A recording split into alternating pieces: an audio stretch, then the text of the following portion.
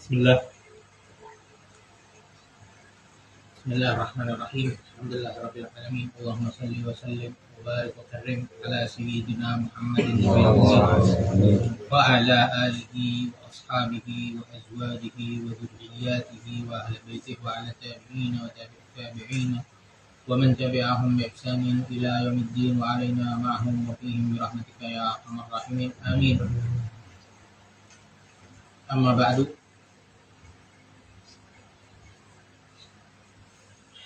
Alhamdulillah, kita kemarin kan sudah membahas ya di bab sebelumnya tentang ilmu tasawuf, pentingnya ilmu tasawuf ya. Terus kita juga bahas bahwa ilmu tasawuf ini fokusnya pada akhlak, fokus sama pembersihan hati, fokus sama menghiasi hati dan juga diri dengan sifat-sifat yang terpuji ya, sifat-sifat yang terpuji untuk hati dan juga sifat-sifat terpuji yang bisa dilakukan secara praktikal gitu. Jadi fokusnya tasawuf itu praktek gitu ya, praktek nyata agama Islam gitu. Jadi gimana caranya seseorang itu betul-betul mempraktikkan agama Islam secara keseluruhan dan sempurna, ideal begitu. Jadi bukan cuman teori gitu. Jadi fokusnya satu fokusnya amal, yang kedua kita juga sadar bahwa kalau mengajarkan ilmu atau belajar ilmu itu mudah, tapi yang susah apa? Iya, prakteknya gitu. Nah, jadi nanti di bab 2 ini bakal dibahas tentang al-manhaj al-amali fi tasawuf. Jadi tentang metode praktis di dalam tasawuf gimana sih gitu. Jadi dalamnya nanti ada beberapa pembahasan ya. Jadi di sini disebutkan bahwa sadah sufi itu, para ulama tasawuf itu, mereka itu betul-betul memperhatikan murid-muridnya ya, betul-betul memperhatikan muridnya, menuntun mereka ya di dalam menuntun mereka dalam menaiki tangga agar seseorang itu terus naik. Jadi dia tuh benar-benar memperhatikan murid-muridnya di setiap fase, di setiap tingkatan sampai kepada Allah Subhanahu wa taala gitu loh. Jadi perjalanan muridnya menuju Allah Subhanahu wa taala itu betul-betul diperhatikan ya. Kalau misalkan mereka itu lupa, nanti diingetin. Kalau mereka itu mulai menyimpang, dibalikin lagi ke jalan yang benar begitu ya. Kalau misalkan di majelisnya dia nggak hadir, ditanya mana si fulan itu nggak hadir. Kalau misalkan dia itu udah lesu, udah hilang arah gitu ya, disemangatin lagi gitu ya. Dan begitulah mereka itu merumuskan metode amalinya itu ya, yang memungkinkan seseorang itu benar-benar merealisasikan rukun agama dengan sempurna ya. Islam tadi itu tentang ilmu halal haram, iman ya, akidahnya, keyakinannya, dan juga ihsan gitu. Jadi semua aspeknya itu diperhatikan sama gurunya ini. Jadi di sini katakan nahnu naridu fi hadzal bab, kita pada saat ini kita akan bahas di bab ini ahammu turuqil amaliyah, metode-metode praktis yang paling penting yang dipraktekkan oleh para ulama tasawuf lil wusul ila ridha'illahi ta'ala wa ma'rifatihi, agar seseorang itu bisa sampai kepada ridhonya Allah Subhanahu wa taala dan mengenal Tuhannya. Wa ma hadzal manhajul amali illa tatbiqan li kitabillahi ta'ala wa ittida'an bi Rasulillah sallallahu alaihi wasallam wa bi ashabil kiram ridwanullahi alaihim.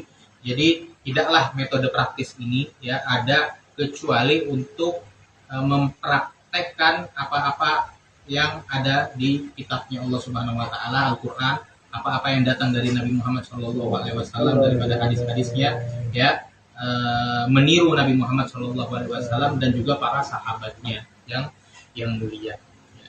Jadi nanti di sini bakal pembahasannya itu macam-macam. Ada bahas masalah suhbah. Kalau suhbah itu yang sekarang kita bakal bahas itu tentang suhbah. Suhbah ini nih kayak kalau bahasa kitanya tuh pertemanan atau persahabatan. Tapi yang dimaksud itu kita itu membersamai orang-orang soleh gitu loh.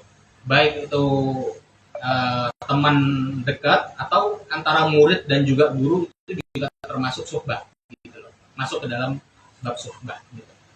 Terus nanti juga ada masalah tentang al-warith al-Muhammadi, para pewaris Nabi Muhammad SAW, ya tentang akhdul ahad, ada tentang ilmu mujahadatun nafas, ya tentang dzikir, tentang mudzakarah dan juga khalwat. Tapi yang kita bahas malam ini tentang suhbah, ya itu suhbah nanti mungkin beberapa pertemuan, jadi nggak langsung satu pertemuan, jadi biar nggak kelamaan.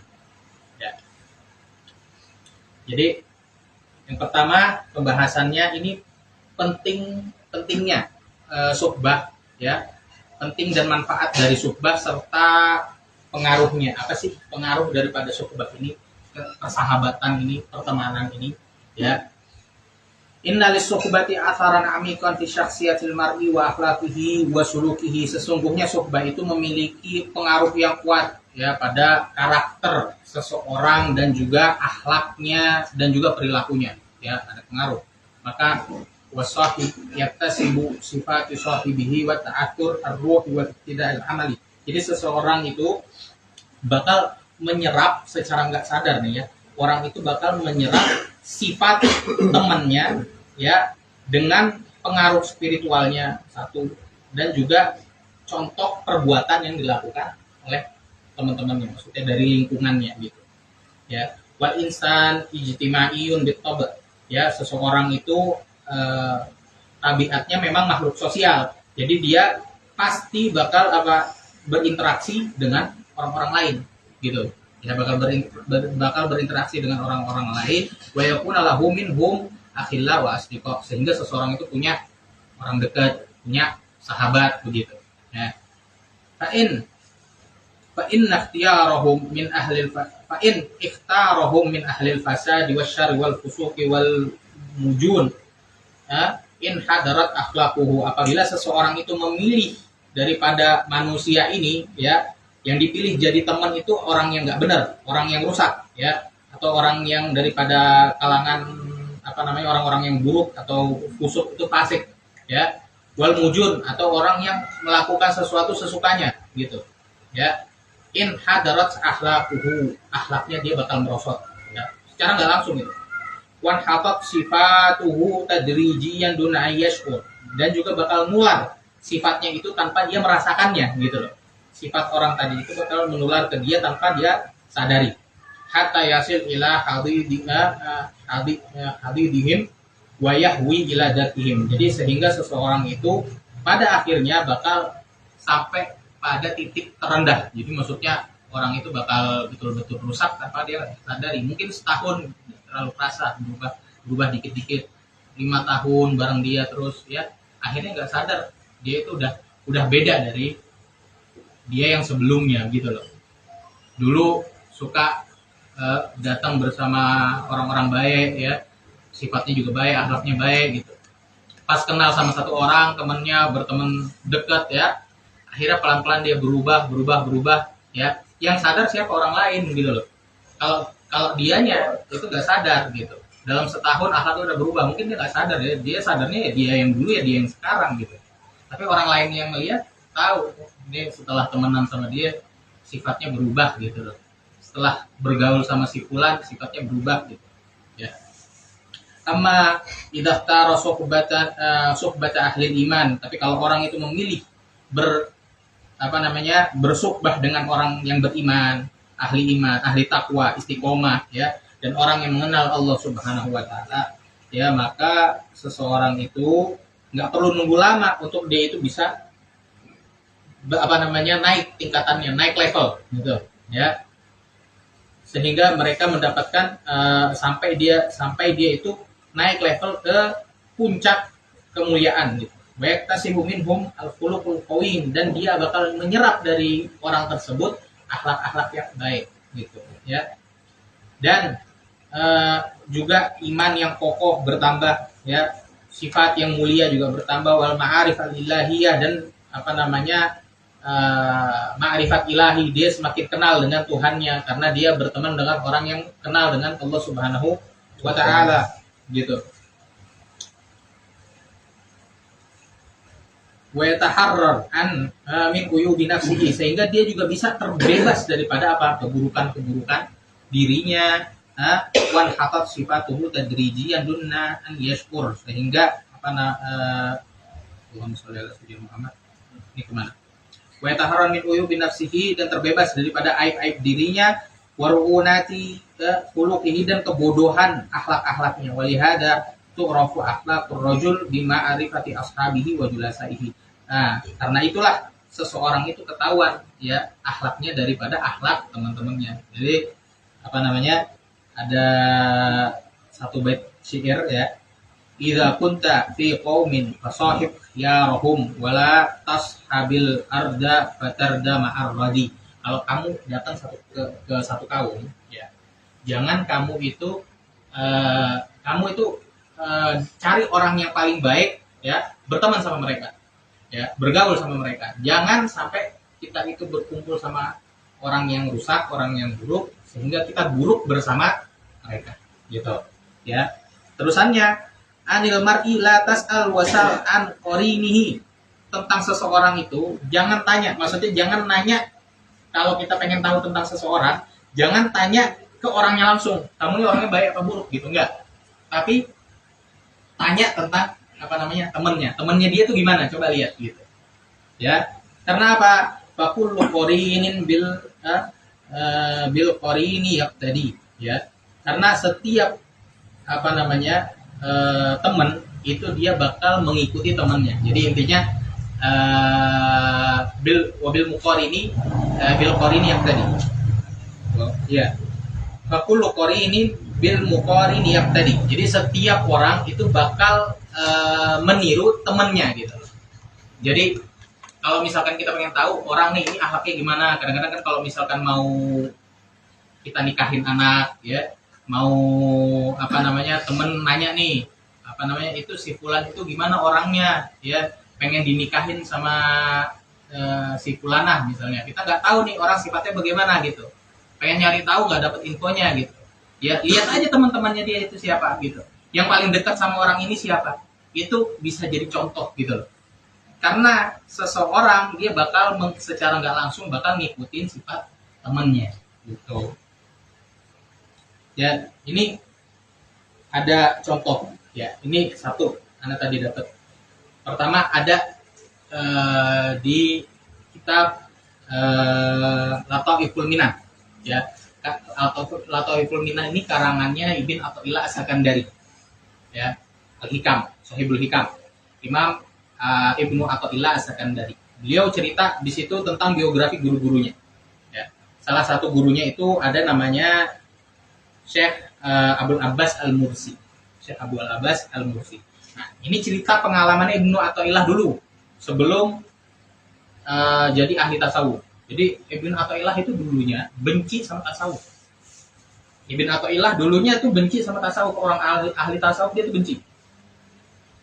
Dia berteman sama salah satu orang murid daripada Syekh Abul Abbas Al-Mursi ini. Muridnya, ayo datang ke guru saya, jangan langsung hakimin dulu, dengerin dulu dia ngomong apa gitu. Kalau kamu udah denger, baru komentar. Malah didebatin sama Ibnu Athaillah. Tapi terus diajak terus begitu. Sama temennya ini nggak capek ngajak Ibnu Athaillah untuk datang ke gurunya, nyobain. Akhirnya iseng-iseng Ibnu Athaillah ini pengen ini, ya udah deh, nggak apa-apa Anda datang ke gue ente gitu. Niatnya tapi masih salah, dia niatnya mau jadi Ibnu Athaillah ini beliau itu ahli fikih gitu, tapi beliau itu nggak tahu ahli tasawuf itu bagaimana, orang-orang ahli tasawuf itu bagaimana. Bukan berarti ahli tasawuf itu nggak ngerti fikih ya.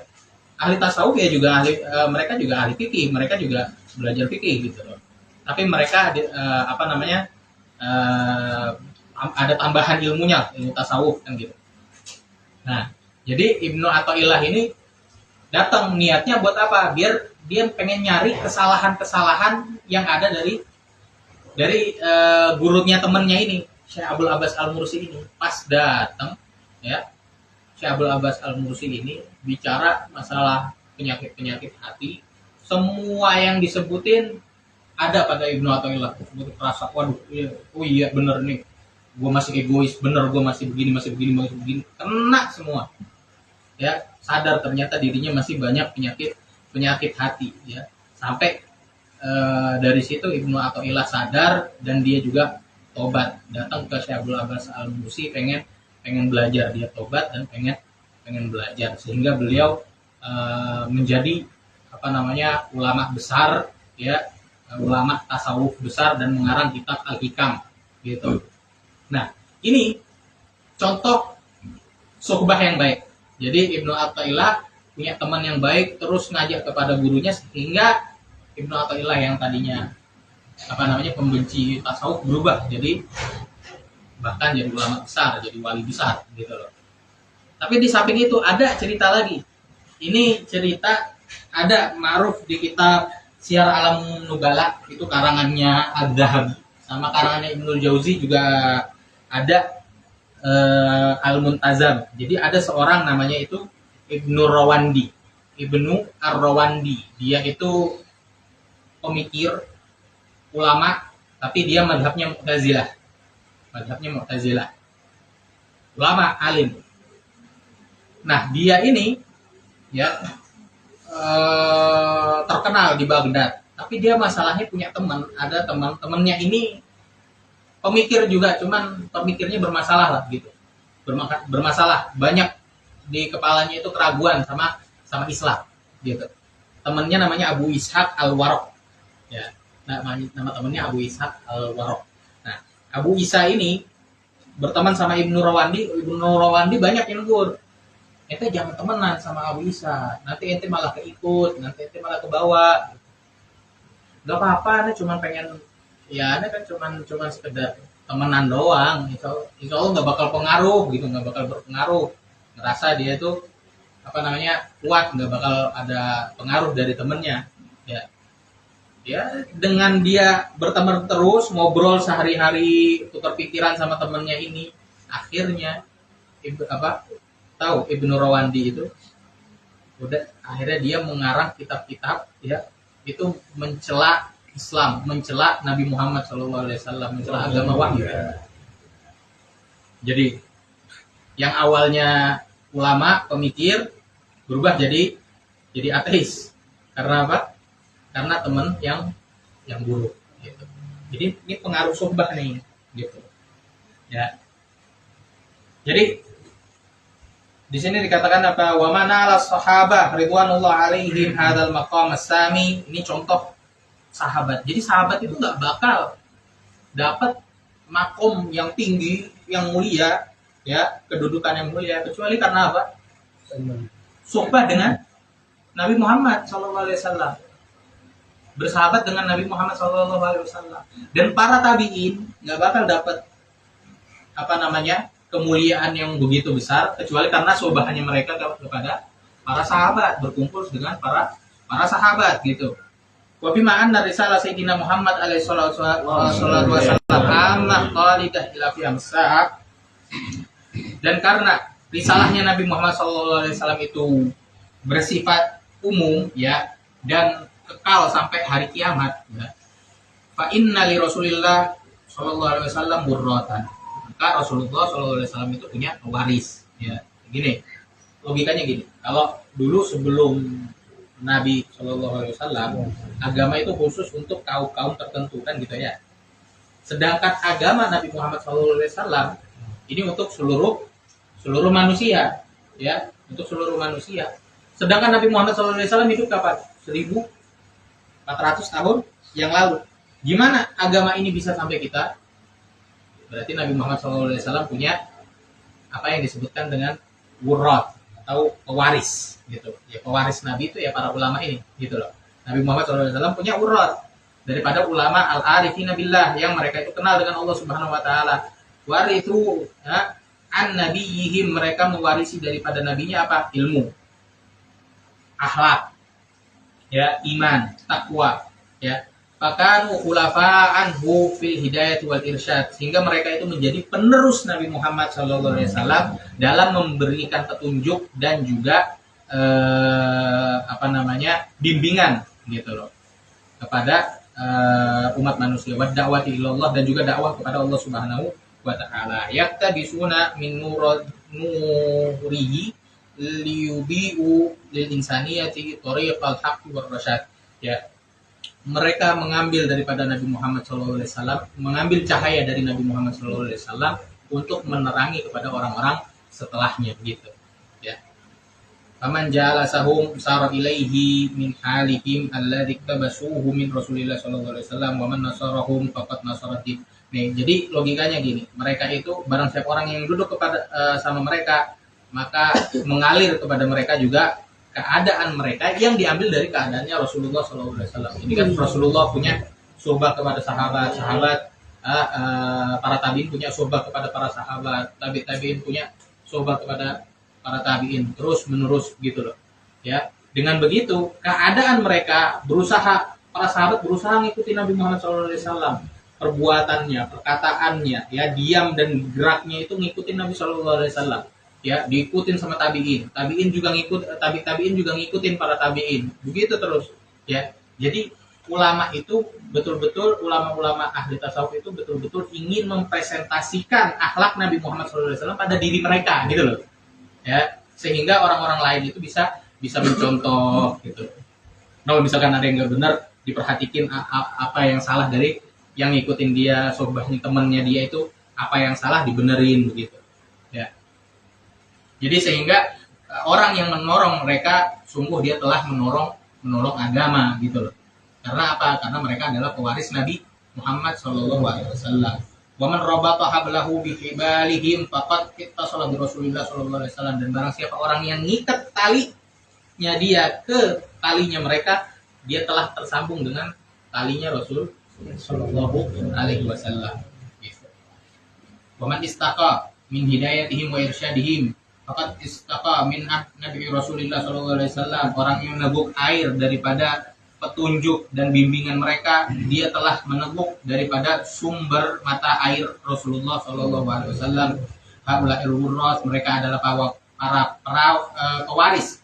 Humul ladina yanquluna lin-nasid din.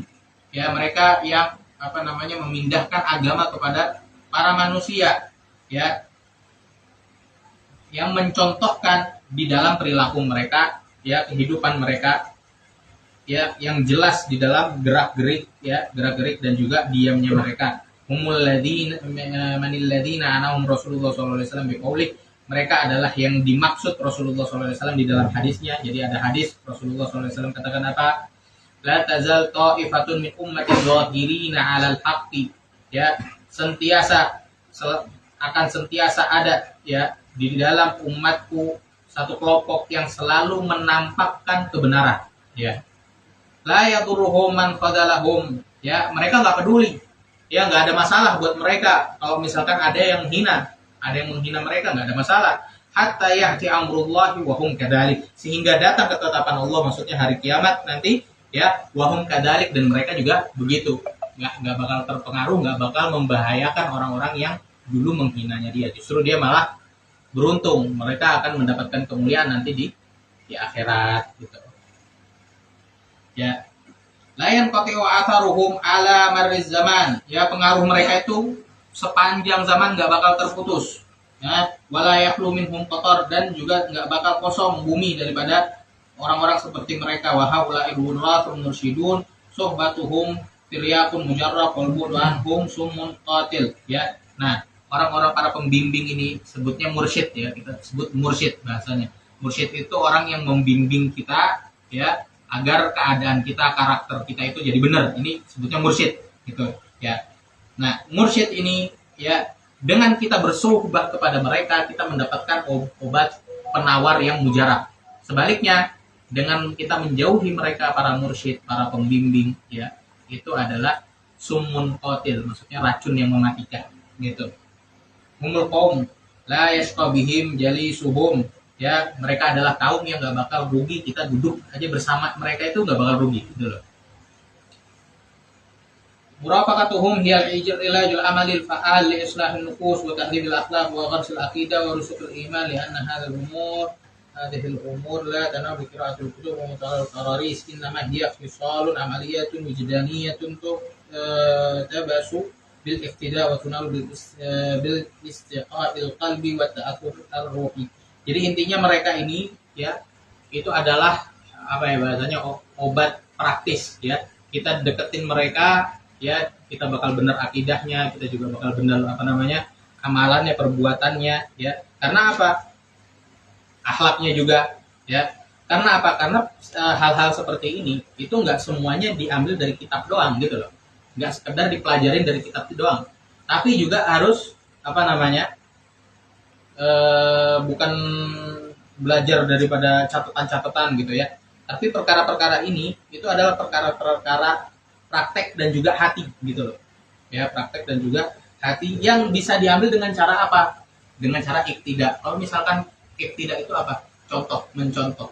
Sekarang kalau kita mau mencontoh kebaikan, tapi kita nggak punya contoh yang baik, kira-kira bisa nggak seorang itu jadi baik? Nggak ada contohnya, gitu loh.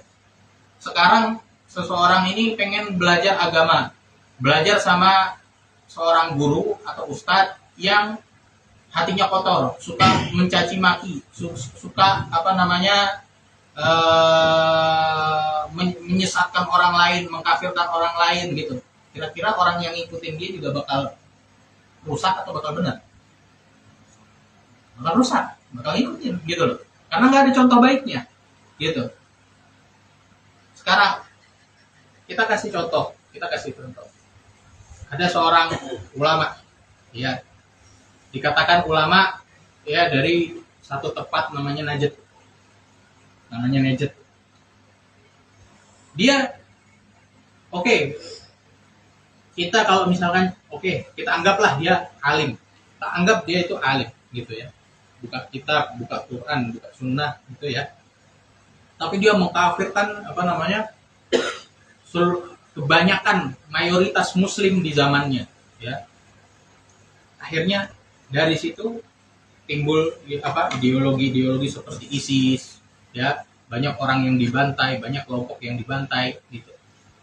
Yang ikut ya juga begitu, yang ikut juga jadi fanatik, yang ikut juga jadi orang-orang yang ekstremis. Karena apa? Karena gurunya, karena imamnya apa? Seorang yang ekstremis gitu ya. Itu sekedar contoh. Jadi perlu ada guru ya, bukan sekedar ngajar ilmu doang, tapi guru juga harus mencontohkan kepada murid-muridnya, kepada orang-orang yang belajar kepada dia, contoh akhlak yang baik, contoh apa yang dia dakwahkan, contoh dari sisi perbuatannya. Jangan sampai dia mengatakan sesuatu ya, perbuatan haram, perbuatan buruk ya, ngarahin manusia jangan melakukan hal yang buruk ini, jangan melakukan zina, jangan minum khamar, tapi dianya ngelakuin gitu. Itu kan masalah. Jadi masalah seperti ini ya bisa diambil dengan apa? Dengan iktidak, dengan mencontoh gitu, bukan hanya dengan belajar gitu. Wa tunalu bistiqa'il qalbi wa ta'assur ruhi, dan juga yang selanjutnya apa? Dengan serapan hati dan juga pengaruh spiritual gitu. Doa guru itu pengaruh. Doa dari guru kepada muridnya itu juga pengaruh. Sekarang kalau misalkan seseorang duduknya sama orang yang tidak ada barokahnya, nggak ada nggak ada berkahnya di dalam dirinya, maksudnya dia suka perbuatan-perbuatan yang buruk, perbuatan yang seorang yang fasik lah, kita bilang orangnya fasik gitu. Ustadz tapi fasik gitu. Kira-kira berkahnya ada nggak? Gimana orang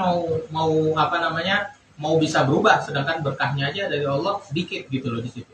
Dengan duduk bersama dia aja berkahnya dikit gitu. Wa min nahiya ukhra ya, di sisi lain ya, aqulu insan la yakhlu min amradil qalbiyah, semua orang itu pasti ada penyakit hati, enggak bakal lepas dari penyakit hati. La yudriku bi nafsi ya, penyakit yang tersembunyi yang dia itu nggak bisa tahu kecuali dengan dirinya sendiri, ya.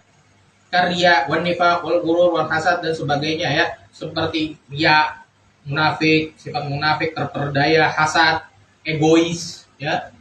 Egois, suka dengan popularitas, pengen tenar, pengen viral gitu, ya. Wal ujub, juga bangga, sombong, pelit, ya. Bal qad ya'taqidu annahu akmalun nas, dan dia bahkan mungkin merasa dia itu orang yang paling sempurna gitu. Merasa, wah saya udah ngerjain ini, saya udah sholat ini, sudah sholat 5 waktu, sudah ini. Dia merasa udah sempurna. Apalagi yang kurang dari saya gitu.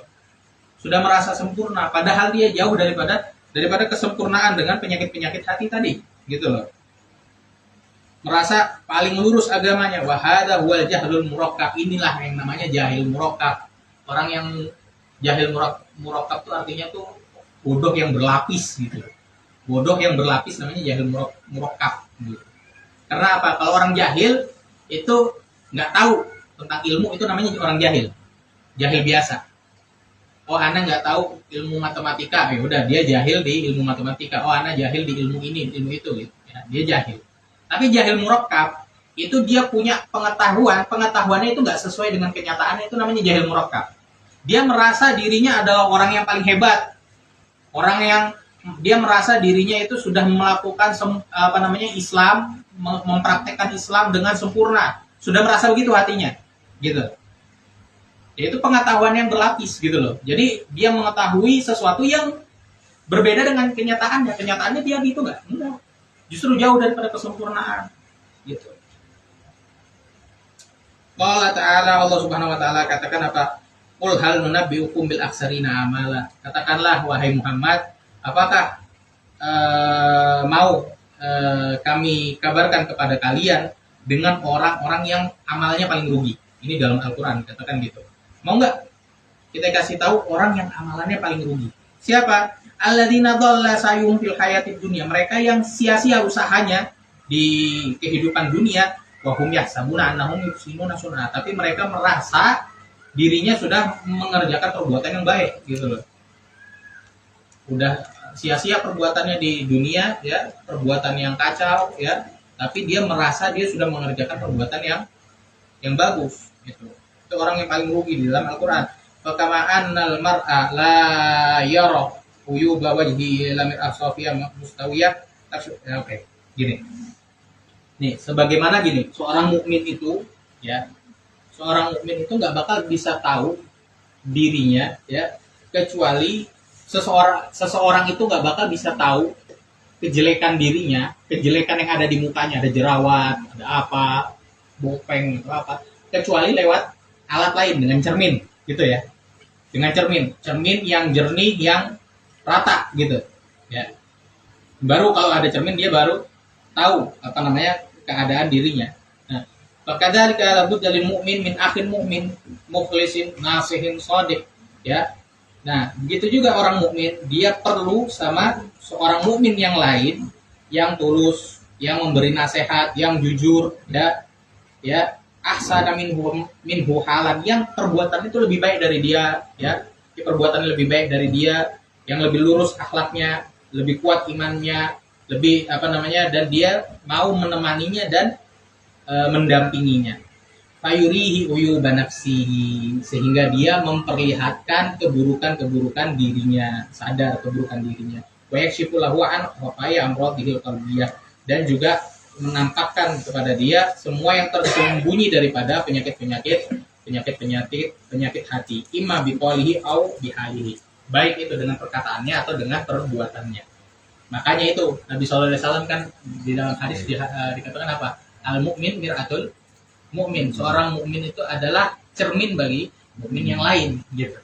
Karena kalau kita punya sohbah orang mukmin yang baik, dia bakal bicara apa adanya, gitu.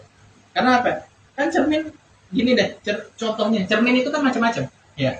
Ada cermin yang rusak, bintik-bintik, ya, nggak jernih.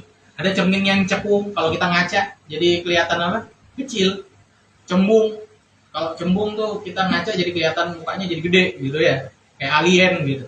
Itu kan bukan bukan keadaan kita ya kan, bukan keadaan kita yang sebenarnya kan gitu. Ya. Nah, seorang mukmin itu gitu. Mukmin itu ibarat cermin yang jernih yang rata. Gitu. Jadi bukan ya Allah, sekarang nih kalau kita perhatiin ya, orang-orang ini banyak yang berteman itu karena ada maunya. Ada dua jenis. Ada orang kalau kita berteman sama dia bakal memuji kita habis-habisan. Ya karena ada maunya, kita kan senang, oh jadi kita jadi terperdaya, kita jadi ujub, ya, jadi semakin sakit hati. Maksudnya semakin kuat penyakit hatinya gitu loh. Karena berteman sama orang yang kayak begini, gitu. Ya dia juga ada maunya ya, kalau dipuji-puji kan otomatis kita jadi senang sama orang ini. Oh ini masya Allah dia sadar atas kebaikan diri gua, ya mending gua deket sama ini aja. Buat apa deketan sama orang yang nggak menghargai gua kan gitu. Ada orang yang gitu. Sebaliknya ada orang temen jenis kedua nih yang gimana? Karena nggak suka sama kita, ya dia cerita tentang keburukan kita dengan berlebihan sehingga kita itu jadi putus asa untuk berbenah. Lu tuh orang kayak lu tuh udah nggak bakal dapat rahmat Allah lagi. Orang lu udah terlalu banyak dosa, udah numpuk gitu. Ini contohnya, nggak bakal lu balik ke masjid juga, lu tobat bagaimana juga lu nggak bakal diampunin sama Allah. Nih kalau udah kayak gini itu teman yang terlalu menampakkan aib si orang ini dengan berlebihan. Gitu. Jadi ada dua jenis, terlalu memuji atau terlalu menghina gitu. Sedangkan orang mukmin itu tengah-tengah. Orang mukmin itu dengan jujur ya dia katakan kamu baiknya udah di sini tapi kamu masih ada salahnya di sini gitu. Itu orang mukmin. Ibarat kata seperti cermin yang rata, yang jernih gitu.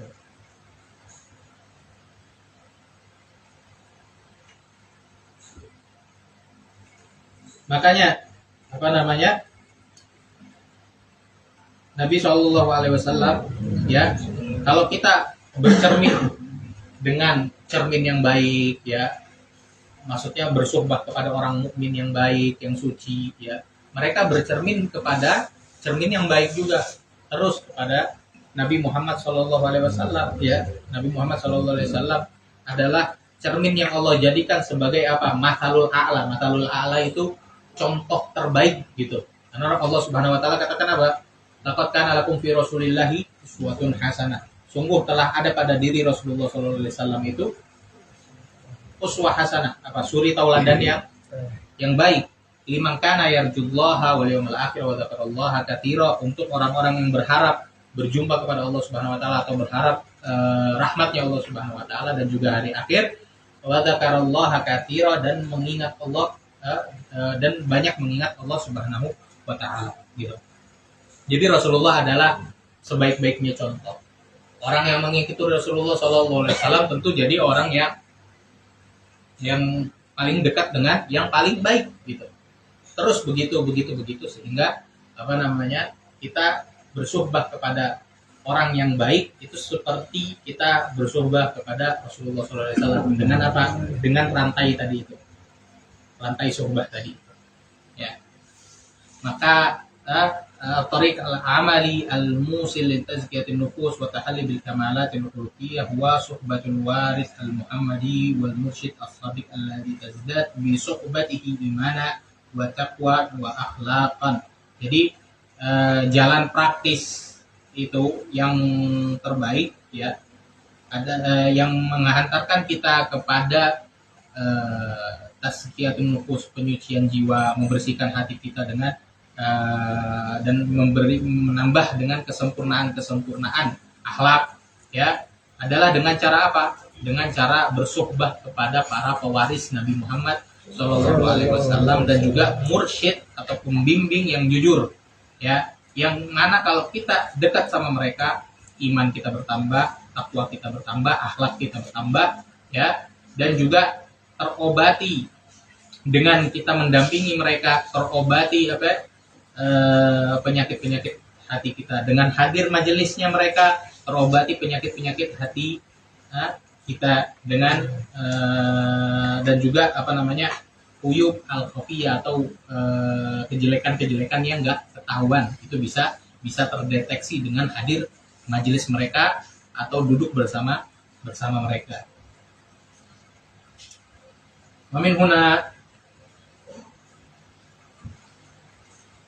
jadi watata'atar syakhsiyatuka bi syakhsiyatih, sehingga kepribadian kamu dengan duduk bersama mereka, kepribadian kamu juga terpengaruh dengan kepribadian baiknya mereka. Karena apa? Kepribadian mereka adalah gambaran daripada kepribadian sebagian kecil dari kepribadiannya Rasulullah Shallallahu Alaihi Wasallam.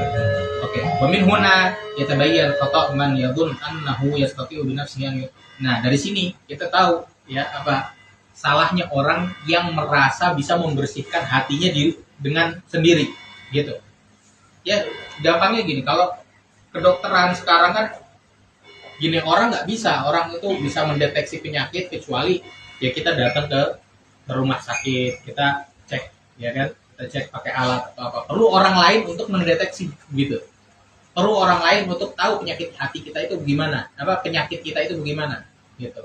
Ya apalagi penyakit hati itu lebih besar bahayanya ya, karena itu berdampak nanti hingga akhirat gitu loh. Orang yang berjumpa kepada Allah Subhanahu wa taala, Allah menerima orang-orang yang berjumpa kepadanya dengan keadaan hati yang salim, hati yang bersih gitu. Sekarang bagaimana kalau misalkan kita di dunia nggak pernah mau membersihkan hatinya terus kotor sampai meninggal ya, sehingga berjumpa dengan Allah Subhanahu wa taala dengan keadaan hati yang kotor gitu. Makanya itu penting untuk kita sadar sehingga kita bisa membersihkan hati kita. Gimana caranya? Dengan adanya dokter, maksudnya orang lain gitu ya. Jadi nggak bisa seseorang itu langsung ngambil dari Al-Quran, ambil sunnah ya apa, hadis-hadis Nabi Muhammad Sallallahu Alaihi Wasallam ya. Habis itu dia dengan itu ngerasa sudah bisa membersihkan membersihkan penyakitnya sendiri ya. Kenapa? Karena hadis-hadis itu ibarat kata obat gitu, obat-obatnya yang bisa membedakan, yang bisa tahu ngambil nih hadis ini obat untuk penyakit hati ini, itu siapa? Para ulama, orang-orang yang paham gitu. Bukan berarti tandanya kalau misalkan kita jangan Al-Quran sama Sunnah aja, kita ambil hadis. Maksudnya ya udah kita nggak usah ambil Quran, nggak usah pakai Sunnah, nggak butuh hadis, nggak butuh Al-Quran. Justru dengan kita bersumpah kepada para pewaris Nabi, justru kita gimana caranya agar bisa betul-betul mengamalkan Al-Quran dan Sunnah dengan pengamalan yang betul gitu loh.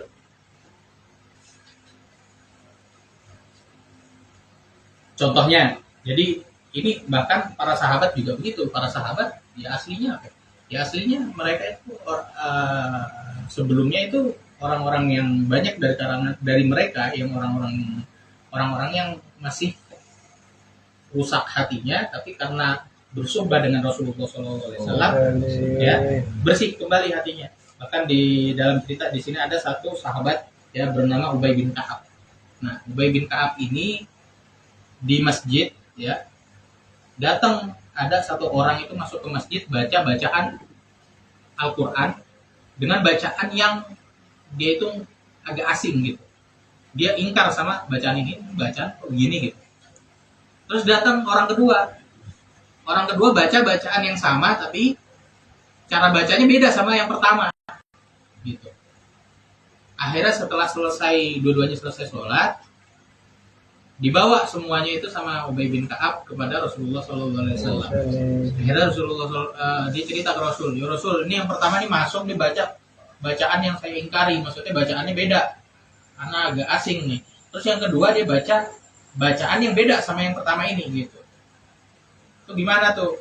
Akhirnya sama Rasul disuruh baca. Yaudah, berdua baca. Akhirnya dua-duanya baca.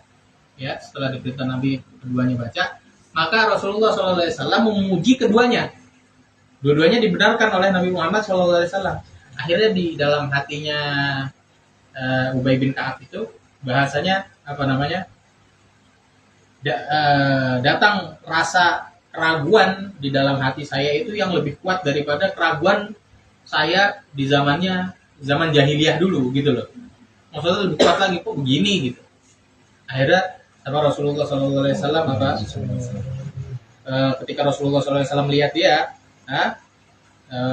daraba fi sadri, katanya dia menepuk dadaku, dipegang sama Rasulullah SAW.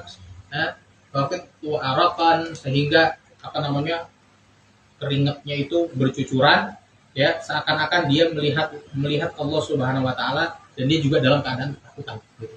Jadi dengan ditepuk sama Rasulullah SAW, ya, penyakit hatinya tuh langsung hilang. Yang tadinya ragu gitu, dia jadi betul-betul yakin, bahkan dia merasa sangat sangat ketakutan, seakan-akan melihat Allah langsung gitu, seakan-akan begitu. Ya, itu contoh, maksudnya ya para sahabat juga ada kadang-kadang ya yang muncul penyakit hati, tapi mursyidnya siapa? Rasulullah SAW, pembimbingnya Rasulullah SAW. Dia juga yang bersihkan apa namanya hati-hati para sahabatnya. Walihada lam yastati ashabu Rasulullah SAW yutasbihu nufusahum bimujarrad qiraatil Quran. Jadi sahabat Rasulullah juga nggak cukup dengan baca Al-Quran bisa membersihkan hatinya dengan diri mereka sendiri. Walakin nahum lazimu mustashfa Rasulillah, tapi mereka membersamai rumah sakit Rasulullah SAW. Maksudnya Rasulullah SAW yang mengobati hati-hati mereka. Maka wal muzaki, dialah yang mensucikan hati mereka, wal musyrif ala tarbiyatihim, dan dialah yang mengetuai atau pemimpin yang mengawasi tarbiyahnya mereka, pendidikan mereka. Kama wasafahu Allah Ta'ala biqaulihi, sebagaimana disebutkan oleh Allah Subhanahu wa taala di dalam Al-Qur'an, "Huwallazi ba'atsa fil ummiyina rasulan minhum." Dialah Allah yang mengutus rasul di antara dialah yang mengutus di antara orang ummi seorang rasul daripada kalangan mereka. Yatlu alaihim ayatihi, yang membacakan ayat-ayat Allah Subhanahu wa taala, wa yuzakkihim, dan mensucikan mereka. Jadi ada kata mensucikan. Wa yu'allimuhumul kitaba wal hikmah, dan mengajarkan kepada mereka Alkitab dan juga hikmah, Al-Qur'an dan juga hikmah. Nah, maksudnya bagian mana yang pentingnya? Maksudnya di sini. Jadi di sini ada dua perkataan yang berbeda, yuzakkihim sama yu'allimul kitaba wal hikmah. Jadi mengajarkan sama mensucikan hati itu beda, gitu loh.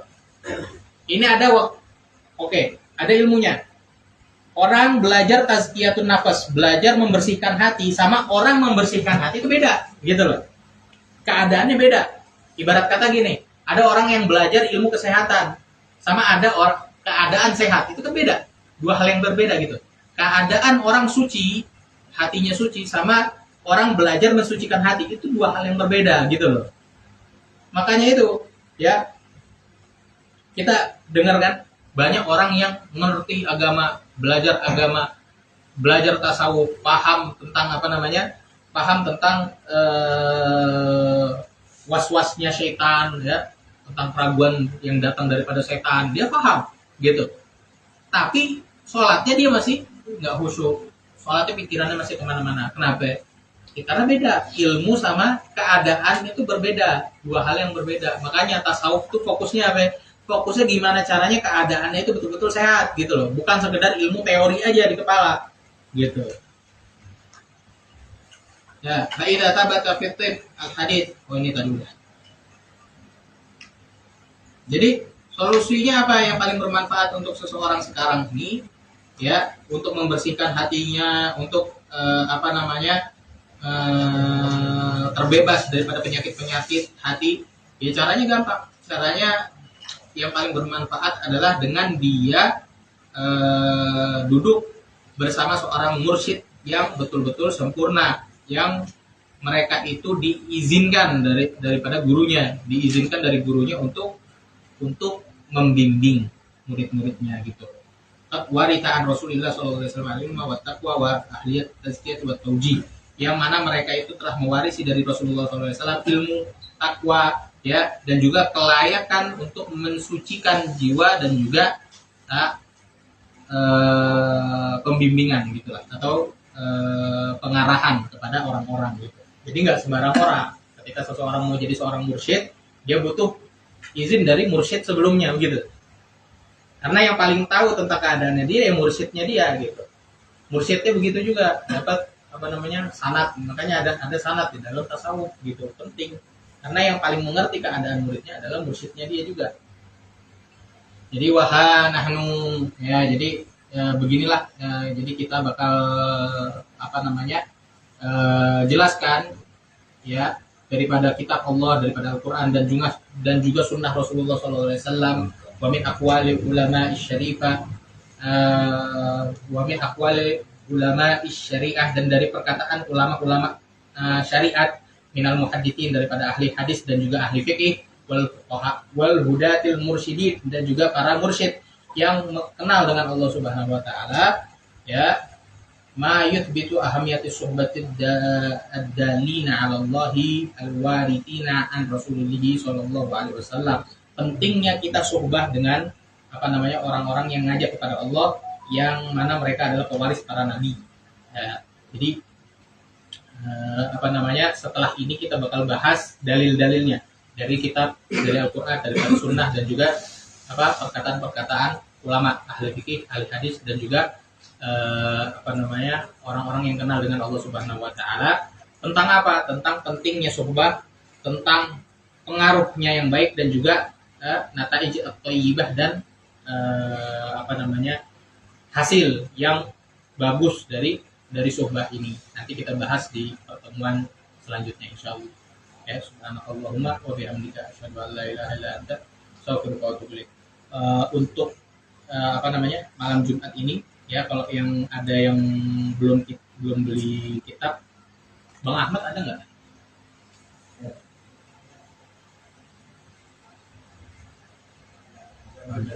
Ada. Biar kesini deh, biar dengar nggak itu, Bang Ahmad? Dengar ya?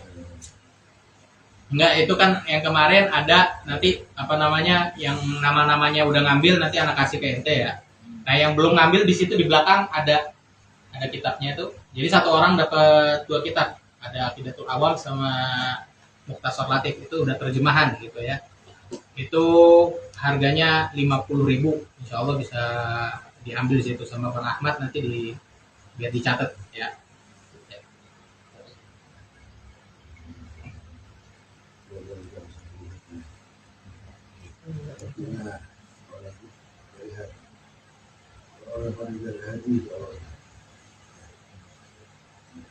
Amin.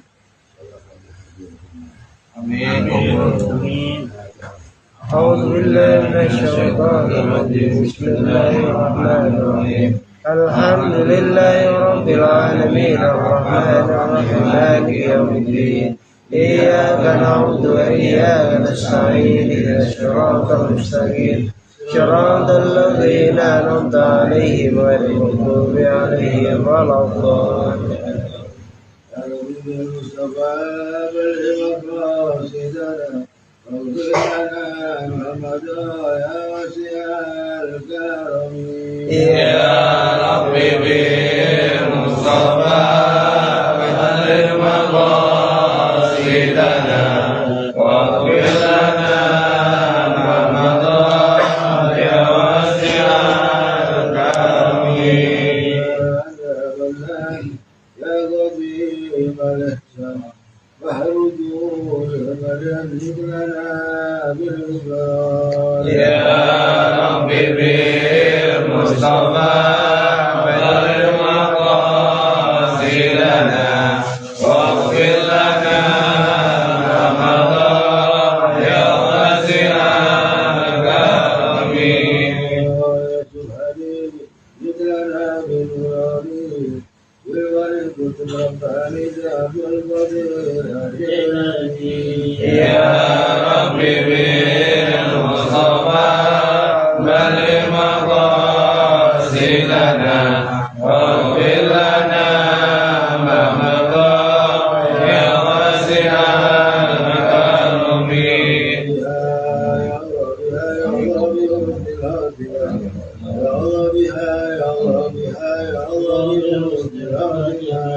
يا ربي بالمصطفى بالمقاصدنا واغفر لنا ما مضى يا واسع الكرم يا أرحم الراحمين يا أرحم